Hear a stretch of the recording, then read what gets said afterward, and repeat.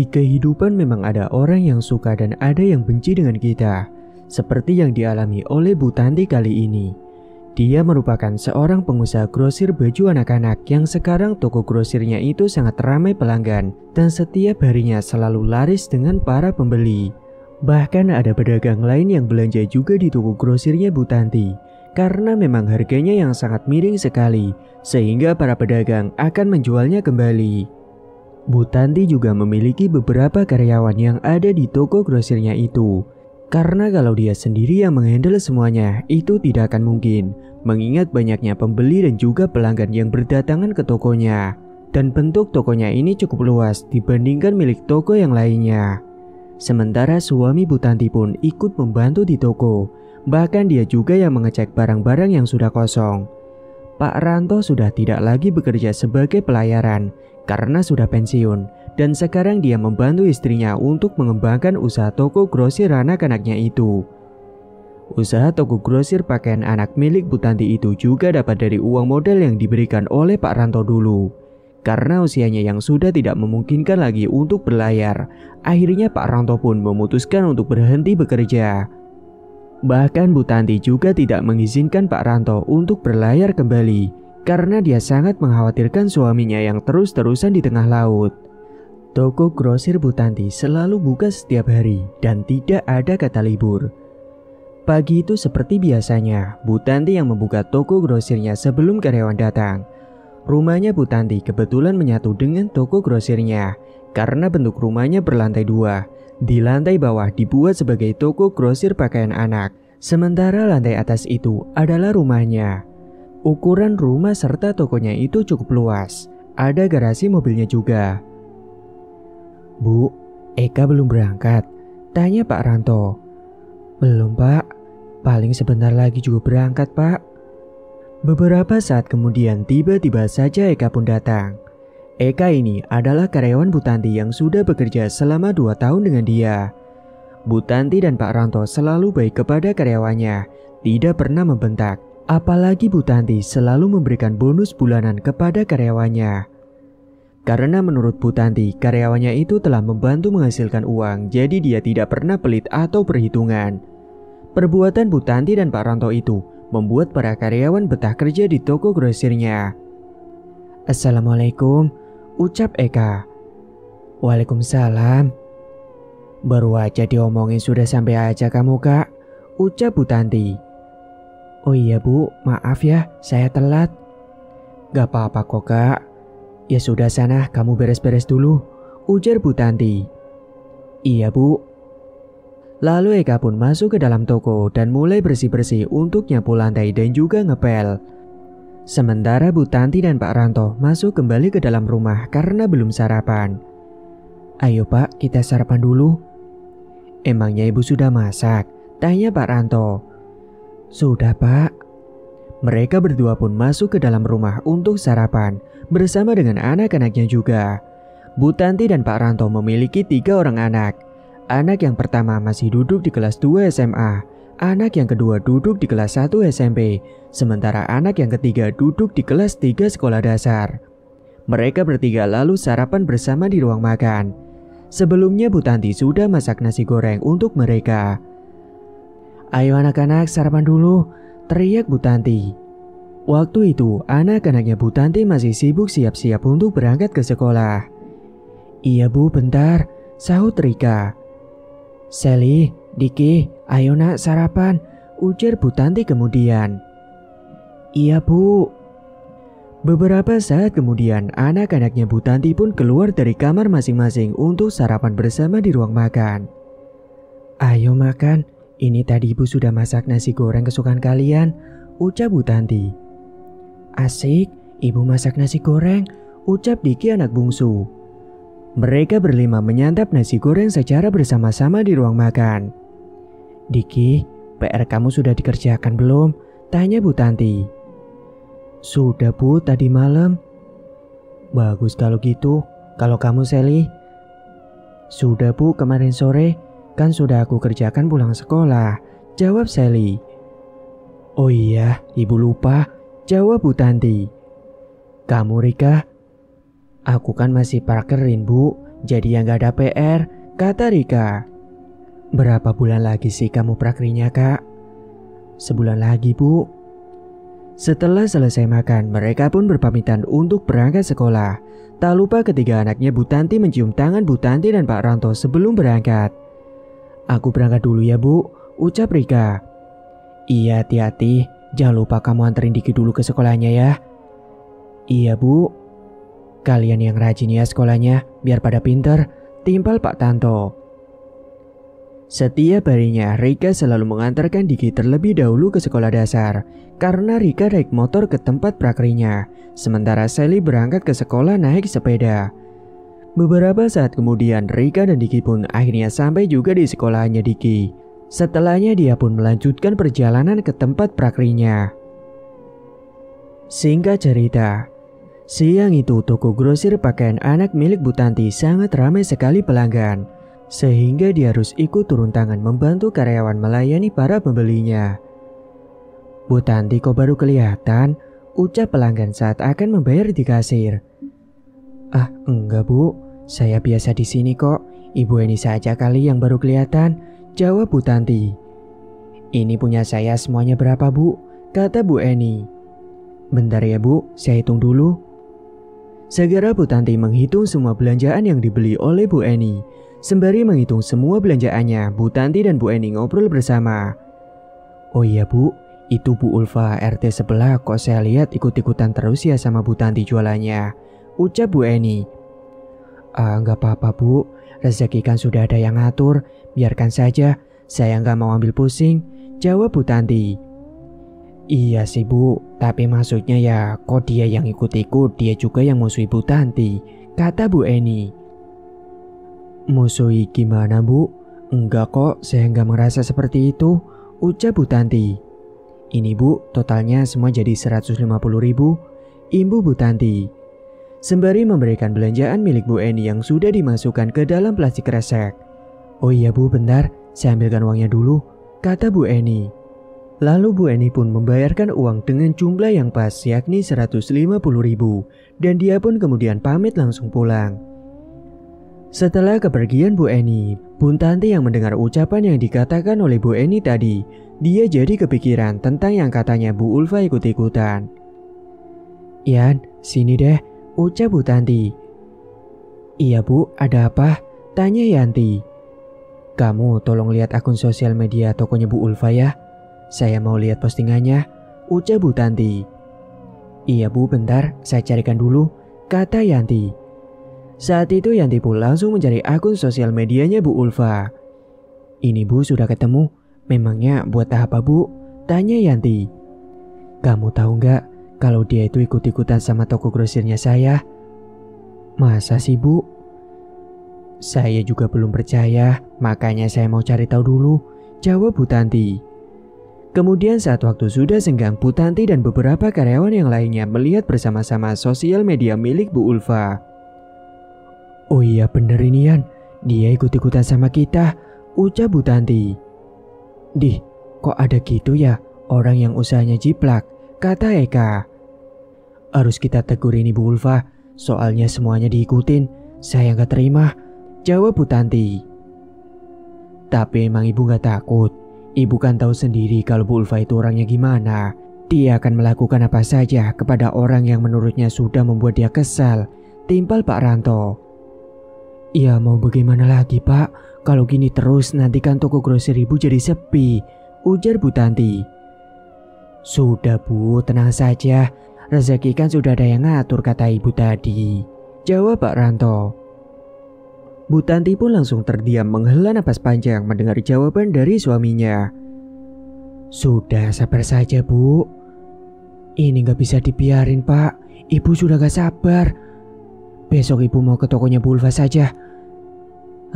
Terserah Ibu sajalah, jawab Pak Ranto sembari mengelus dada. Singkat cerita, keesokan harinya Bu Tanti pun pergi mendatangi ke toko grosir Bu Ulfa yang ada di RT sebelah, akan tetapi masih satu desa. Bu Tanti pergi ke toko Bu Ulfa naik motor sendirian karena letaknya tidak terlalu jauh. Beberapa saat kemudian, akhirnya dia pun sampai juga di tokonya Bu Ulfa. Tak lupa dia memarkirkan motornya di depan halaman toko. Assalamualaikum. Waalaikumsalam, jawab Bu Ulfa dan karyawannya. Kebetulan pagi itu toko grosir Bu Ulfa terlihat masih sangat sepi dan Bu Ulfa pun ada di toko tersebut. Karena memang rumahnya dari toko cukup jauh, rumah dengan toko grosirnya tidak langsung menyatu seperti milik Bu Tanti. Ada apa ya Bu Tanti? Tanya Bu Ulfa. Saya mau ngomong sama ibu, jawab Bu Tanti. Iya silakan, tapi mau ngomong apa ya Bu? Ucap Bu Ulfa. Terus terang saja ya Bu, saya ini tidak nyaman dan merasa kesal sama ibu. Karena ibu jualannya sama persis dengan saya. Ibu suka ikut-ikutan sama saya. Jadi mulai sekarang saya minta sama ibu untuk tidak lagi ikut-ikutan. Jelas Bu Tanti. Maaf ya Bu, saya ikut-ikutan gimana? Saya juga ikut-ikutan tren yang lagi ngehits. Tapi maaf ya Bu, saya jualan menggunakan uang saya sendiri. Jadi apa salah saya? Ibu merasa tersaingi ya? Ucap Bu Ulfa. Ya iyalah, semenjak toko grosir kamu buka, toko saya jadi sepi, tidak ramai seperti dulu lagi. Pokoknya saya nggak mau tahu ya Bu. Ibu jangan ikut-ikutan saya lagi, kata Bu Tanti. Loh ya terserah saya dong Bu. Dasar plagiat sukanya ikut-ikutan. Jadi manusia punya pendirian dong. Jangan ngikut-ngikut terus, jawab Bu Tanti kesal. Saya sudah sabar ya Bu. Tapi ibu malah ngatain saya. Kesabaran saya sudah habis, bentak Bu Ulfa. Lalu mereka pun saling adu mulut sampai main tangan, bahkan sampai jambak-jambakan. Kejadian itu menjadi kisruh, apalagi ada beberapa pelanggan yang datang ke toko Bu Ulfa, sehingga mereka melihat aksi yang sedang dilakukan keduanya. Karyawan Bu Ulfa mencoba untuk melerai mereka, akan tetapi mereka tidak sanggup untuk melerai. Sampai akhirnya salah satu karyawan memanggilkan Pak RT setempat. Stop, teriak Pak RT. Ada apa ini? Sudah tua malah berkelahi. Kalian ini perempuan, malu. Kalau mau bersaing itu yang sehat, jangan sampai main tangan, ucap Pak RT. Dan saat itu juga akhirnya keduanya berhenti berkelahi serta terdiam. Waktu itu sudah ada Bu Eni juga yang datang ke toko Bu Ulfa. Itu loh Pak, Bu Ulfa memang kebangetan, selalu ikut-ikutan jualan sama Bu Tanti. Pantas sajalah Bu Tanti kesel, ucap Bu Eni. Gak usah ikut campur ya Bu, ucap Bu Ulfa dengan wajah marahnya. Sudah, bubar, jangan bikin keributan lagi, kata Pak RT. Mereka semua pun bubar pergi dari toko grosirnya milik Bu Ulfa. Sementara Bu Ulfa dengan raut wajah marahnya ternyata di dalam hati menaruh rasa sakit hati bahkan sampai dendam. Awas ya kau Tanti, akan aku balas kamu. Karena kamu sudah buat aku malu, sudah buat aku sakit hati, gumam Bu Ulfa dalam hati. Sesampainya di toko grosirnya, Bu Tanti sudah dalam keadaan yang acak-acakan akibat berkelahi dengan Bu Ulfa tadi. Loh ibu kenapa? Tanya Pak Ranto. Ini Pak, tadi Bu Tanti berkelahi sama Bu Ulfa, kata Bu Eni. Astagfirullah, kok bisa sih Bu? Bapak bilang juga apa, gak usah diurusin, timpal Pak Ranto. Namun saat itu Bu Tanti hanya terdiam saja mendengar ucapan dari suaminya dan tidak menjawab. Kamu ini gimana sih Bu? Sudah tua juga, bikin malu saja, kata Pak Ranto. Ibu tuh kesel Pak sama Bu Ulfa. Singkat cerita, Bu Ulfa yang sudah tersulut amarah bahkan dendam, dia ingin membalaskan rasa sakitnya itu. Dia mencari tahu tentang orang pintar, sebut saja si dukun, melalui akun sosial medianya, sampai pada akhirnya dia mendapatkan sebuah informasi. Pagi itu juga Bu Ulfa segera bergegas pergi menuju ke tempat dukun tersebut. Bu Ulfa pergi sendirian menuju ke tempat tersebut mengendarai bus karena perjalanan yang dia tempuh sekitar 3 jam perjalanan.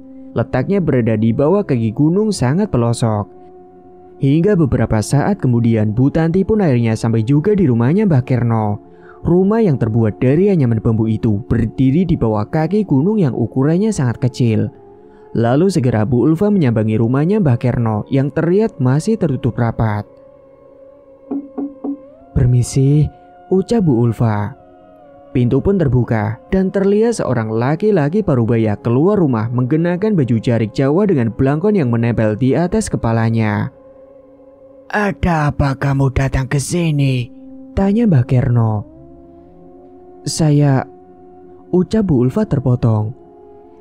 Silakan masuk dulu, kita bicarakan di dalam, ujar Mbak Kerno.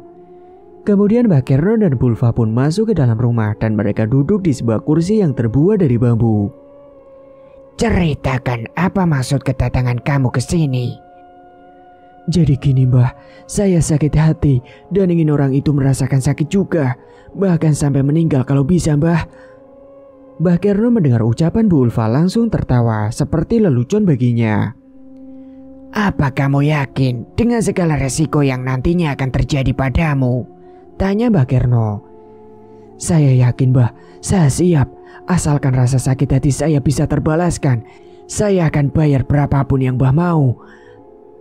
Kalau begitu ada syaratnya. Apa Mbah syaratnya? Foto si target. Sudah Mbah, saya sudah siapkan. Bagus kalau begitu. Ritual akan dilakukan nanti malam. Kebetulan malam ini tepat pada malam Jumat Kliwon. Baik Mbah. Siang itu Mbah Kerno menyiapkan beberapa sesajen terlebih dahulu untuk melakukan ritual nanti malam. Sementara di sisi lain, siang itu Bu Tanti sedang sibuk di toko grosirnya melayani para pembeli yang berdatangan. Bahkan dia juga sibuk melayani pembeli online yang nantinya barangnya bisa dikirimkan hari itu juga. Eka, tolong kamu paketkan barang milik pembeli yang ada di Timur Jawa ya. Iya Bu, baik. Beberapa karyawan yang lainnya pun juga sibuk melayani para pembeli yang biasanya belanja banyak. Singkat cerita, malam hari pun tiba. Bu Ulfa dan Mbak Kerno pun sudah masuk ke dalam ruangan untuk melakukan ritual.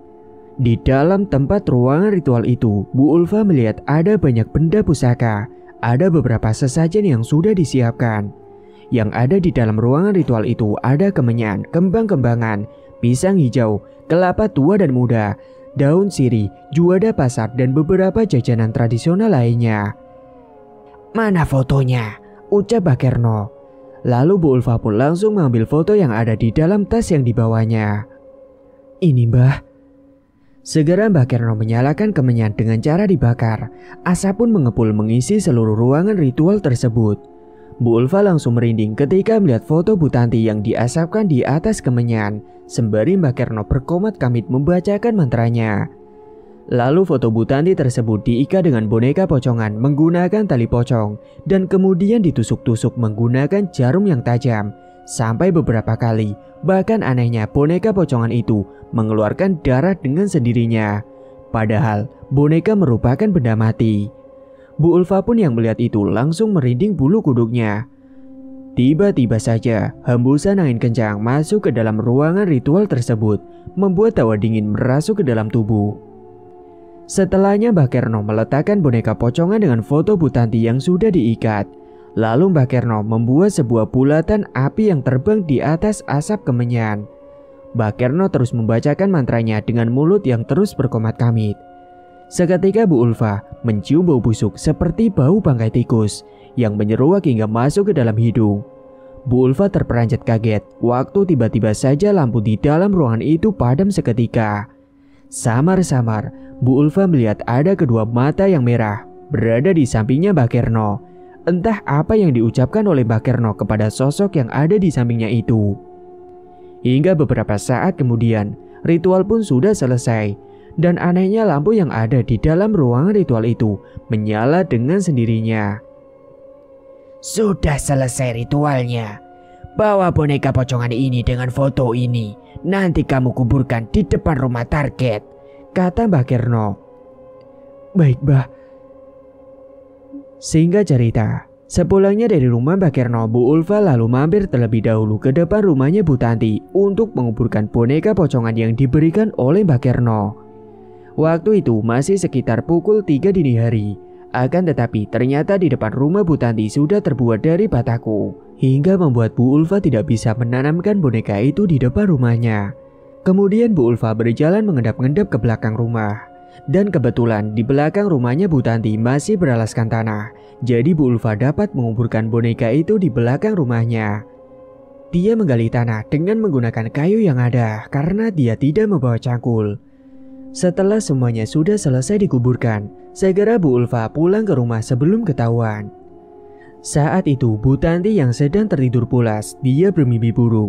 Bu Tanti mimpi berada di sebuah lorong yang sangat gelap, namun ada sebuah cahaya terang yang ada di hadapannya. Bu Tanti pun mencoba untuk berjalan maju menuju ke arah cahaya terang itu.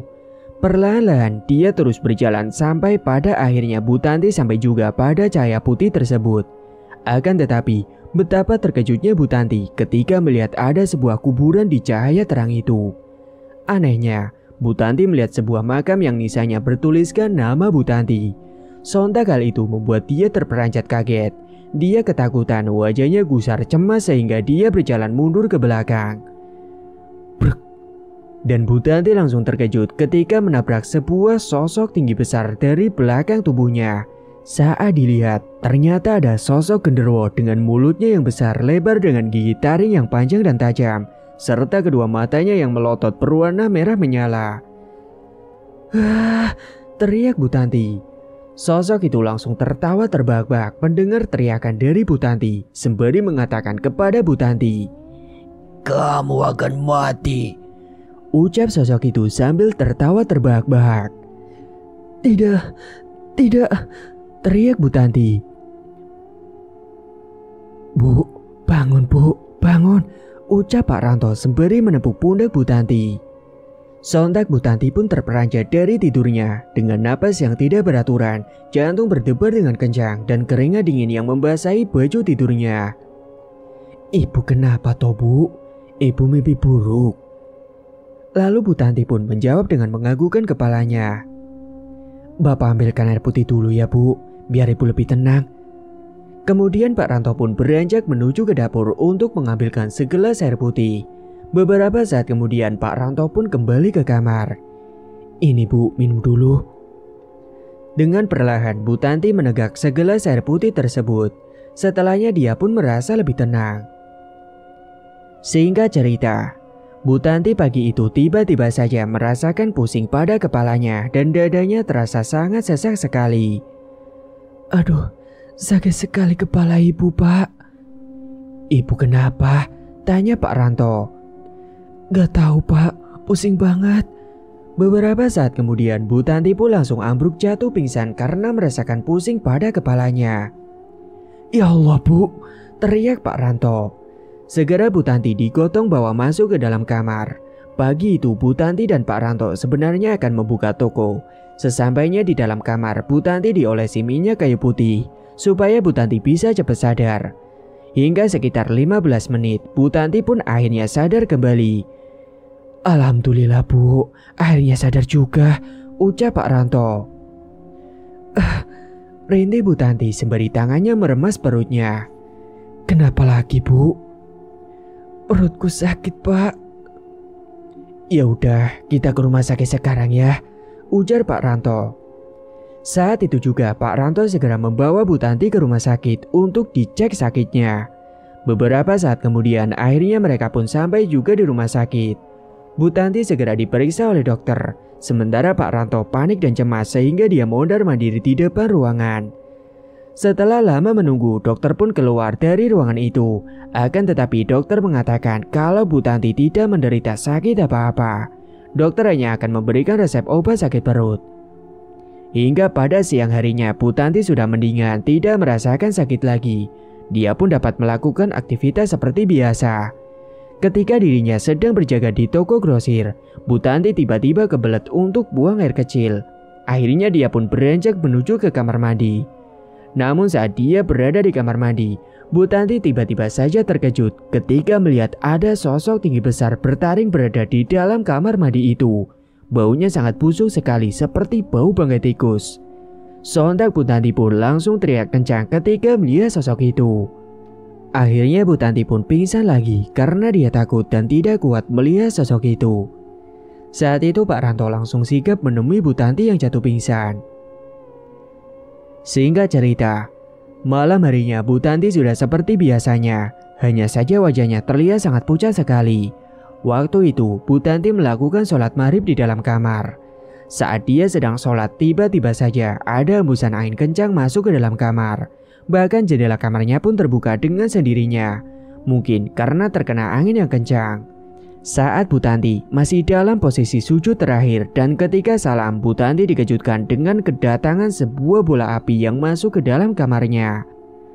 Astagfirullahaladzim. Sebuah bola api itu hendak menyerang tubuh Bu Tanti. Untungnya tidak sampai kena. Saat itu Bu Tanti langsung berzikir membaca doa dengan mulut yang terus berkomat-kamit. Saat dia terus membacakan doa, bola api itu akhirnya pergi dari dalam kamar melewati jendela kamar. Alhamdulillah, gumam Bu Tanti. Setelah sholat, Bu Tanti langsung menemui suaminya dan menceritakan apa yang barusan saja terjadi. Pak Ranto terlihat sedang menonton televisi. Pak, ibu mau cerita, Pak. Mau cerita apa toh, Bu? Tadi pas sholat, ibu melihat ada bola api masuk ke dalam kamar, Pak. Astagfirullahaladzim, kok bisa, Bu? Tapi ibu gak apa-apa kan? Tanya Pak Ranto. Gak apa-apa, Pak. Ibu tadi sudah membaca doa dan bola api itu langsung pergi. Syukurlah kalau begitu, Bu. Malam harinya saat Bu Tanti sedang tidur, tiba-tiba saja Bu Tanti terbangun karena mendengar ada suara yang mengetuk pintu di depan. Suara ketukan pintu itu terdengar sampai 3 kali. Segeralah Bu Tanti pun bangkit dari kasur dan keluar untuk membukakan pintu. Ketika pintu terbuka, betapa terkejutnya Bu Tanti melihat ada sosok pocong yang berdiri di depan pintu itu. Seketika tubuh Bu Tanti langsung terbujur kaku, tidak bisa digerakkan. Mulutnya pun ingin teriak namun seperti terasa terkunci. Sosok pocong itu kedua matanya melotot, wajahnya hitam legam dengan mulutnya yang menganga. Sosok itu menatap tajam ke arah Bu Tanti. Di dalam hatinya Bu Tanti mencoba tidak panik dan selalu membacakan doa hingga akhirnya sosok pocong itu pergi dengan sendirinya, meninggalkan kepulan asap yang berwarna putih. Sampai akhirnya Bu Tanti pun sudah bisa digerakkan kembali tubuhnya seperti biasanya. Singkat cerita, hari berikutnya Bu Tanti jatuh sakit dan demam panas tinggi setelah melihat sosok pocong itu. Dia pun hanya terbaring di atas kasur. Bu Tanti selalu melihat ada bayangan hitam yang melintas di dalam kamarnya. Bayangan hitam itu perlahan-lahan berubah menjadi sosok tinggi besar dengan gigi taring yang panjang dan tajam. Sontak Bu Tanti pun teriak. Ada apa, Bu? Tanya Pak Ranto. Itu, Pak, ada sosok genderuwo di pojok kamar, jawab Bu Tanti. Mana, Bu? Tidak ada apa-apa di sana, kata Pak Ranto. Ada, Pak, Ibu takut. Astagfirullahaladzim, istighfar, Bu, istighfar, ucap Pak Ranto. Karena merasa ada yang janggal, Pak Ranto pun akhirnya memanggil temannya yang kebetulan orang pintar dan tahu tentang hal klinik seperti itu. Assalamualaikum, Hur, ucap Pak Ranto. Waalaikumsalam, ada apa toh? Tanya Pak Huri. Saya mau minta tolong sama kamu, besok bisa datang ke rumah gak? Ucap Pak Ranto. Oh iya, insya Allah saya besok datang ke sana. Makasih ya, Hur, saya tunggu kedatangan kamu.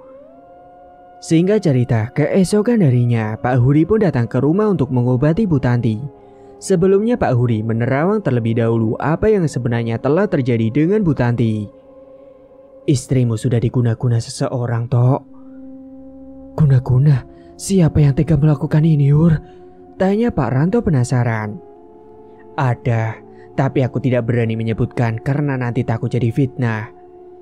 Istrimu terkena santet jenis Banaspati. Santet jenis ini sangat mematikan, bisa saja membuat korbannya meninggal dunia. Makanya sebelum terlambat, itu harus segera ditangkal, ucap Pak Huri. Astagfirullah, kenapa orang itu tega ya? Timbal Pak Ranto. Begini saja, nanti kamu siapkan daun sirih dengan gamping atau kapur sirih, terus kamu redam di dalam air selama seminggu. Nanti minggu depan aku akan datang lagi ke sini untuk melakukan ritualnya, ucap Pak Huri. Baik, Hur, nanti aku akan lakukan. Makasih ya, Hur, jawab Pak Ranto. Iya, sama-sama. Kalau begitu saya pamit pulang dulu ya, Tok, kata Pak Huri. Singkat cerita, seminggu kemudian Pak Ranto sudah menyiapkan daun sirih dan kapur sirih atau gamping yang sudah direndam selama 1 minggu. Pak Huri pun datang lagi ke rumahnya untuk mengobati Bu Tanti. Malam itu, tepat pada malam Selasa Kliwon, Pak Huri akan melakukan ritual mengobati santet Banaspati pada tubuh Bu Tanti. Pak Huri duduk bersila di dalam kamar di samping Bu Tanti, membacakan doa-doanya sembari mulutnya yang terus berkomat-kamit. Tiba-tiba saja, hembusan angin kencang masuk ke dalam kamar membuat jendela kamar buka tutup sendiri. Saat itu juga, terlihat ada sosok pocong dan juga sosok genderuwo serta kuntilanak yang berdiri di depan jendela kamar itu. Suara jendela buka tutup sendiri kena angin, terasa kencang sekali. Kemudian terdengar ledakan beberapa kali saat Pak Huri sedang membacakan doa-doanya. Suara ledakan itu terdengar berada di atas atap rumah. Beberapa saat kemudian mereka dikejutkan dengan datangnya bola api yang terbang berada di hadapan Pak Huri. "Awas Tok, minggir," ucap Pak Huri. Segera Pak Huri mengambil ancang-ancang dan membacakan doa-doa sembari mengolesi tubuhnya Bu Tanti dengan menggunakan daun sirih dan juga kapur sirih yang sudah didoakan. Tujuannya agar Bu Tanti terhindar dari serangan bola api itu. Pak Huri terus berkomat-kamit membaca doa sampai keringat bercucuran keluar dari tubuhnya. "Allahu Akbar," sembari tangannya mendorong dari jarak jauh kepada bola api itu. Sehingga bola api terbang itu pun langsung pergi dengan sendirinya. "Alhamdulillah, insya Allah sudah tidak datang lagi bola api itu," ucap Pak Huri. Kemudian Pak Huri pun membacakan segelas air putih yang nantinya diberikan kepada Bu Tanti. "Silakan diminum dulu air putih ini," ucap Pak Huri. Bu Tanti pun menegak segelas air putih itu sampai habis. Setelahnya Bu Tanti mengeluarkan darah dari mulutnya, muntah dengan darah berwarna hitam kemerahan. "Kita harus segera bakar buhul yang ditanam," ucap Pak Huri. "Buhul?" tanya Pak Ranto heran. "Iya, ada buhul yang ditanam di belakang rumah oleh pelaku pengirim santet," kata Pak Huri. Mereka pun langsung menuju ke belakang rumah dan menggali tanah yang sudah di terawang Pak Huri ada buhulnya. Setelah digali, buhul itu langsung dibakar dan dibacakan doa oleh Pak Huri sampai berubah jadi abu. "Nanti tolong air kapur sirih tadi kamu siramkan ke sekitar rumah ya," ucap Pak Huri. "Iya Hur, makasih ya Hur, kamu sudah mau nolong istriku." "Sama-sama Tok, nanti kamu akan tahu sendiri siapa orangnya yang telah berbuat seperti ini. Karena santet ini sudah aku kembalikan kepada pengirimnya," ucap Pak Huri. "Kamu tunggu saja sekitar 5 hari, nanti pasti akan tahu," imbu Pak Huri. Singkat cerita, Bu Tanti pun sudah sembuh seperti sedia kala. Dia pun sudah bisa berjualan lagi di toko grosir pakaian anak miliknya. Hari itu, semua sibuk karena saking ramainya toko milik Bu Tanti. Tiba-tiba saja, Bu Tanti melihat ada sosok wanita yang dia kenal datang ke tokonya. Akan tetapi penampilannya berubah. Wajahnya penuh dengan luka bakar dan melepuh hancur bahkan bernanah. Baunya juga sangat amis sekali. "Itu siapa ya Pak?" tanya Bu Tanti. "Itu kayaknya Bu Ulfa Bu." "Ah masa sih Pak? Emangnya Bu Ulfa mau ngapain dia?" jawab Bu Tanti. "Assalamualaikum," ucap Bu Ulfa. "Waalaikumsalam," jawab Pak Ranto dan Bu Tanti. "Saya mau ngomong sebentar boleh Pak, Bu?" tanya Bu Ulfa. "Tapi jangan lama-lama ya. Emangnya mau ngomong apa ya Bu? Ya sudah, kita bicarakan di dalam rumah saja," ucap Bu Tanti. Mereka pun kemudian masuk ke dalam rumah dan duduk di ruang tamu. Kemudian Bu Ulfa memulai pembicaraannya. "Sebelumnya saya datang ke sini mau minta maaf karena selama ini saya salah. Saya dendam dengan Bu Tanti karena waktu itu mempermalukan saya di depan banyak orang. Dan saya masih sakit hati karena Pak Ranto dulu lebih memilih Bu Tanti," jelas Bu Ulfa. "Jujur, selama ini saya telah mengguna-guna Bu Tanti dan sekarang saya yang mendapat balasannya seperti ini," imbu Bu Ulfa. "Astagfirullah Bu Ulfa, kenapa Bu Ulfa nekat tega lakukan hal itu? Tapi semua sudah terlanjur terjadi. Saya juga sudah memaafkan Bu Ulfa. Saya juga minta maaf kalau saya sudah membuat Bu Ulfa sakit hati," ucap Bu Tanti. Dulu waktu sebelum mereka menikah, sebelumnya Pak Ranto menjalin hubungan dengan Bu Ulfa. Akan tetapi Pak Ranto malah memilih Bu Tanti dan menikah dengan Bu Tanti. Sehingga dendam kesumat yang sejak dulu sampai sekarang ditambah saingan bisnis usahanya. Singkat cerita, Setelah kejadian itu, toko grosir milik Bu Ulfa bangkrut seketika karena uangnya dihabiskan untuk biaya berobat dirinya di rumah sakit operasi luka bakar. Namun ternyata Bu Ulfa tidak bertahan lama. Dia pun meninggal dunia dengan cara mengenaskan. Sekujur tubuhnya penuh dengan luka bakar dan bernanah dengan bau yang sangat amis. Kedua matanya pun melotot, mulutnya menganga dan lidahnya yang terjulur ke depan. Itu semua balasan atas apa yang sudah dia perbuat sendiri dan resiko yang harus diterima oleh perbuatannya sendiri. Sementara toko grosirnya Bu Tanti dan Pak Ranto sekarang semakin berkembang pesat, bahkan sudah memiliki beberapa cabang. Dan pastinya dimanapun toko grosirnya berada selalu ramai pembeli. Semoga kita selalu dalam lindungan Allah Ta'ala. Jangan sampai kita menyimpan dendam karena penyakit hati sangat dibenci oleh Allah Ta'ala. Pertebal iman kita dan perbanyaklah ibadah. Dekatkan diri kepada Allah. Jangan sampai kita terjerumus ke dalam lembah hitam yang menyesatkan. Rezeki sudah ada yang atur. Jangan iri dengan rezeki orang lain. Ambil sisi positif dan buanglah hal negatifnya. Tamat. Cerita pun selesai. Terima kasih bagi teman-teman yang sudah menyimak cerita hingga akhir. Dan bagi yang belum bergabung, silakan tekan tombol subscribe sekarang juga dan aktifkan lonceng notifikasi agar tidak ketinggalan info updatean terbaru dari kami. Sekian dulu dari Mang Ripan, terima kasih sudah menyimak. Wassalamualaikum warahmatullahi wabarakatuh.